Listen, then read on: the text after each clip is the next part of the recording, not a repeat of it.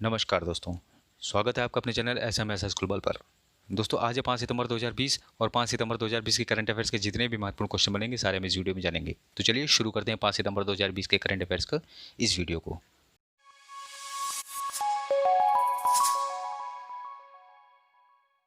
तो पहला क्वेश्चन है, हाल ही में किसे पंजाब एंड सिंध बैंक का नया एमडी और सीईओ नियुक्त किया गया है? तो अभी एस कृष्णन को पंजाब एंड सिंध बैंक का नया एमडी और सीईओ नियुक्त किया गया है। तो इस क्वेश्चन का बी ऑप्शन सही है। और ये जगह किसके लेंगे? तो एस हरिशंकर के स्थान पर ये आएंगे। और इससे पहले जो कृष्णन एस कृष्णन है, ये केनरा बैंक के कार्यकारी निदेशक के पद पर सेवारत थे। ठीक है, यहाँ दो बैंकों की बात हुई है, केनरा बैंक और पंजाब एंड सिंध बैंक। तो केनरा बैंक की जो स्थापना हुई ये 1 जुलाई 1906 में हुई थी और इसका मुख्यालय बेंगलुरु में है।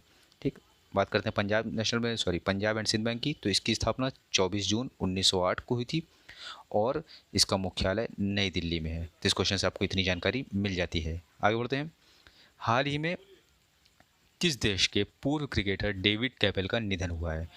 तो अभी ये इंग्लैंड के जो क्रिकेटर थे डेविड कैपेल, इनका निधन हुआ है। तो ये इंग्लैंड के थे। तो इस क्वेश्चन का ए ऑप्शन सही है। जान लेते हैं डेविड कैपेल में। तो डेविड कैपेल जो है ये इंग्लैंड के लिए 1987 से 1990 तक लगभग 15 टेस्ट और 23 ओडीआई यानी 23 वनडे मैच जो है इन्होंने खेले हैं। और 2013 में उन्होंने इंग्लैंड महिला टीम के सहायक कोच और 2016 से 18 तक बांग्लादेश महिला टीम के कोच के रूप में इन्होंने कार्य किया है। ठीक है, यहाँ बात हुई इंग्लैंड की। तो इंग्लैंड की राजधानी लंदन है और इंग्लैंड की ये जो मुद्रा है ये है पाउंड स्टर्लिंग। इस क्वेश्चन से आपको इतनी जानकारी मिल जाती है। आगे बढ़ते हैं, हाल ही में रिजर्व बैंक ने मुरली रामकृष्णन को किस बैंक का नया एमडी और सीईओ नियुक्त करने की मंजूरी दी है? तो इन्हें साउथ इंडियन बैंक यानी दक्षिण भारतीय बैंक का जो है सीईओ और एमडी नियुक्त करने की मंजूरी दी है। किसने दी है? रिजर्व बैंक ने। तो इस क्वेश्चन का सी ऑप्शन सही है। जान लेते हैं पहले। तो ये रामकृष्णन पहले 30 मई 2020 को आईसीआईसीआई बैंक से रणनीतिक परियोजना समूह के वरिष्ठ महाप्रबंधक के रूप में सेवानिवृत्त हुए थे और 1 जुलाई 2020 को दक्षिण भारतीय बैंक के सलाहकार के रूप में शामिल हुए थे। और अब ये एमडी और सीईओ जो है अब ये बनेंगे। यहाँ बात हुई दो बैंकों की। तो पहली है आईसीआईसीआई बैंक। तो इसका जो आईसीआईसीआई बैंक की स्थापना हुई थी ये 5 जनवरी 1994 को हुई थी और इसका जो मुख्यालय यानी हेडक्वार्टर ये गुजरात में है, वडोदरा में। और बात करते हैं अब दक्षिण भारतीय बैंक की। तो इसकी स्थापना हुई थी 1929 में और इसका जो मुख्यालय यानी हेडक्वार्टर है, इसका मुख्यालय हेडक्वार्टर जो है त्रिशूर केरल में है। तो ये जो त्रिशूर है ये एक मैं आपको बता दूं, ये केरल की सांस्कृतिक राजधानी कही जाती है। ठीक है, और केरल की राजधानी जो है वैसे तिरुवनंतपुरम में, परंतु ये सांस्कृतिक राजधानी है। तो इस क्वेश्चन से आपको इतनी जानकारी मिल जाती है। आगे बढ़ते हैं, हाल ही में किसने राष्ट्रीय जनजातीय अनुसंधान सम्मेलन का आयोजन किया है? तो अभी आईआईपीए ने इस जो है सम्मेलन का आयोजन किया है। तो इस क्वेश्चन का ए ऑप्शन सही है। और आईआईपीए का पूरा नाम है Indian institute of public administration. ठीक है, इस सम्मेलन का उद्घाटन केंद्रीय जनजातीय मामलों के जो मंत्री हैं अर्जुन मुंडा ने किया है। अब जानते हैं इसके बारे में इसके द्वारा। तो इसके अंतर्गत जनजातीय मामलों के मंत्रालय द्वारा शुरू की गई परियोजनाओं के परिणामों की प्रगति की समीक्षा के लिए इसे आयोजित किया गया था। यानी जो जनजातीय मामलों का मंत्रालय है इसके द्वारा जो भी परियोजनाएं जो लागू की जाती हैं तो उस परियोजनाओं का जो रिजल्ट निकलता है यानी परिणाम जो निकलता है उसकी प्रगति की समीक्षा के लिए जो है राष्ट्रीय जनजातीय अनुसंधान सम्मेलन आयोजित किया जाता है गया था। ये जो जनजाति शब्द मैंने आपको एक बार बताया भी था कि जनजाति जो शब्द है ये आदिवासियों के लिए प्रयोगित होता है। तो ये जनजाति शब्द है ये वैधानिक शब्द है आदिवासियों के लिए। ठीक है, और इस सम्मेलन में विभिन्न राज्यों के जनजातीय मामलों के मंत्रियों सहित देश भर के करीब 100 से अधिक जो है प्रतिभागियों ने हिस्सा लिया था। तो इस क्वेश्चन से आपको इतनी जानकारी मिल जाती है। दोस्तों अगर आपको हमारी करंट अफेयर्स की सीरीज अच्छी लग रही है तो हमारे चैनल एसएमएसएस ग्लोबल को सब्सक्राइब कीजिए और इस वीडियो लाइक कीजिए और ज़्यादा से ज़्यादा शेयर कीजिए और जुड़े रहिए हमारे साथ करंट अफेयर्स के लिए। चलिए आगे बढ़ते हैं, हाल ही में किस देश ने G20 के विदेश मंत्रियों की असाधारण बैठक की अध्यक्षता की है? तो भी सऊदी अरब ने इस बैठक की अध्यक्षता की है। तो इस क्वेश्चन का बी ऑप्शन सऊदी अरब सही है। और ये जो मीटिंग यानी बैठक हुई है ये वर्चुअली मोड में हुई है, यानी अपने अपने देश में ही बैठकर विदेश मंत्रियों ने एक जो है वीडियो कॉन्फ्रेंसिंग के जरिए इस बैठक को पूरा किया है। ठीक है, तो इस बैठक में जो है अध्यक्षता सऊदी अरब के विदेश मंत्री जो थे प्रिंस फैसल बिन फरहान अल सऊद ने, तथा भारत का जो प्रतिनिधित्व कर रहे थे वो भारत के विदेश मंत्री एस जयशंकर ने किया है। और ये मुद्दा क्या था? G20 देश के विदेश मंत्रियों के बीच कोविड-19 जो वैश्विक महामारी है इसके संकट को मद्देनजर रखते हुए अंतर्राष्ट्रीय सहयोग को मजबूत करने पर चर्चा हुई।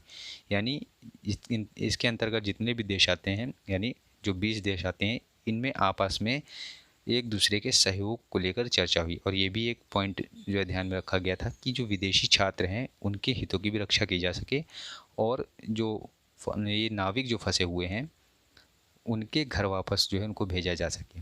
ठीक है, तो इस क्वेश्चन से आपको इतनी जानकारी मिल जाती है। और ये G20 की जो स्थापना हुई थी ये 26 सितंबर 1999 को हुई थी।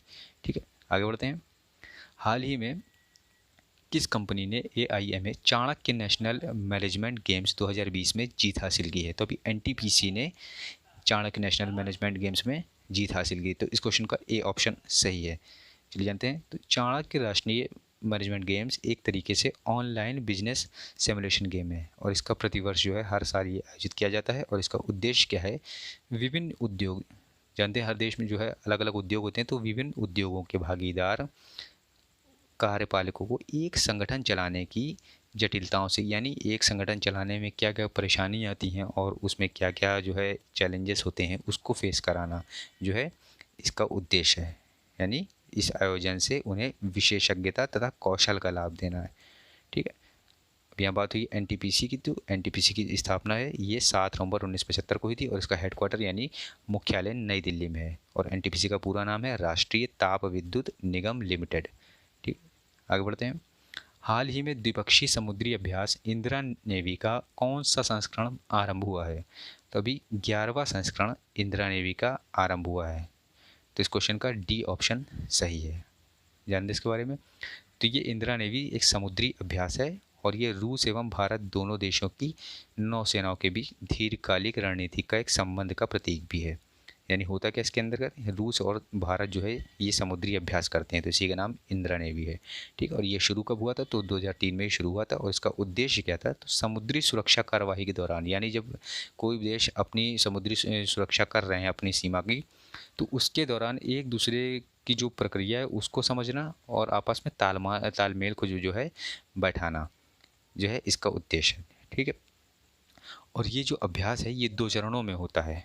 ठीक है, पहला होता है बंदरगाह में और दूसरा होता है समुद्री तल पर।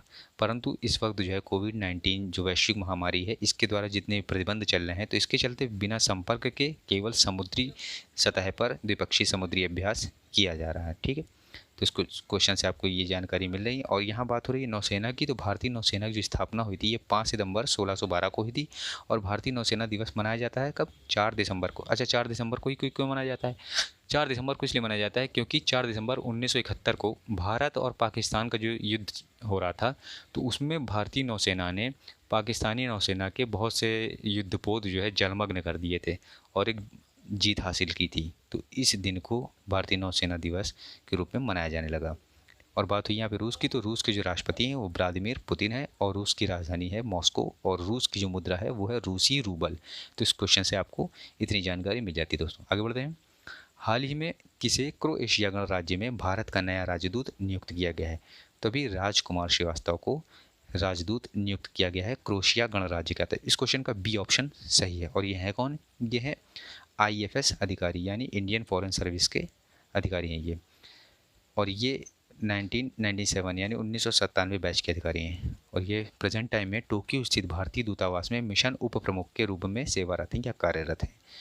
बात हुई यहाँ क्रोएशिया की। तो क्रोएशिया की राजधानी है ये जाग्रेब है, और क्रोएशिया की मुद्रा है क्रोएशियाई कूना है। क्रोएशिया के राष्ट्रपति हैं ये हैं जोरान मिलनोविक। तो इस क्वेश्चन से आपको इतनी जानकारी प्राप्त होती है। आगे बढ़ते हैं। हाल ही में किस अंतर्राष्ट्रीय हवाई अड्डे को नेशनल एनर्जी लीडर अवार्ड जो है मिला है? तो अभी राजीव गांधी अंतर्राष्ट्रीय हवाई अड्डा जो हैदराबाद में स्थित है, तो उसे ये अवार्ड मिला हुआ है। तो इस क्वेश्चन का सी ऑप्शन सही है।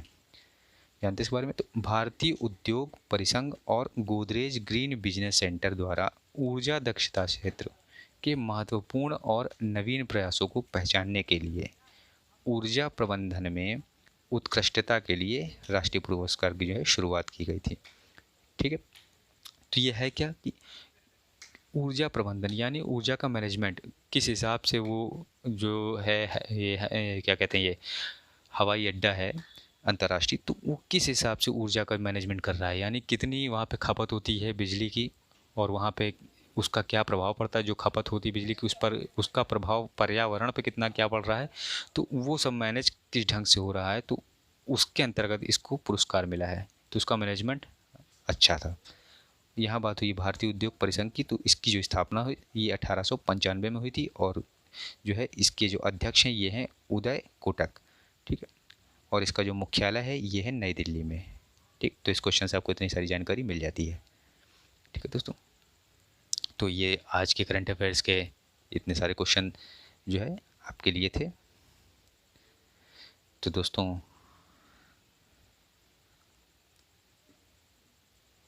ये थे आज के करंट अफेयर्स के क्वेश्चन। और अब बात करते हैं कल पूछे गए प्रश्न के उत्तर जानने की। तो कल मैंने पूछा था हाल ही में विश्व नारियल दिवस कब मनाया गया है, तो इसका सही आंसर है 2 सितंबर। ठीक है, और अब वाले वक्त है क्वेश्चन ऑफ द डे का। तो हाल ही में लद्दाख और लक्षद्वीप को किस योजना में शामिल किया गया है, तो ये रहे आपके ऑप्शन और आप इसका जो है आंसर कमेंट में बॉक्स में दे सकते हैं। तो दोस्तों अगर आपको हमारी वीडियो अच्छी लगती है तो सब्सक्राइब कर लीजिए और इसको लाइक कीजिए और ज़्यादा से ज़्यादा शेयर कीजिए और बने रहिए हमारे साथ। धन्यवाद।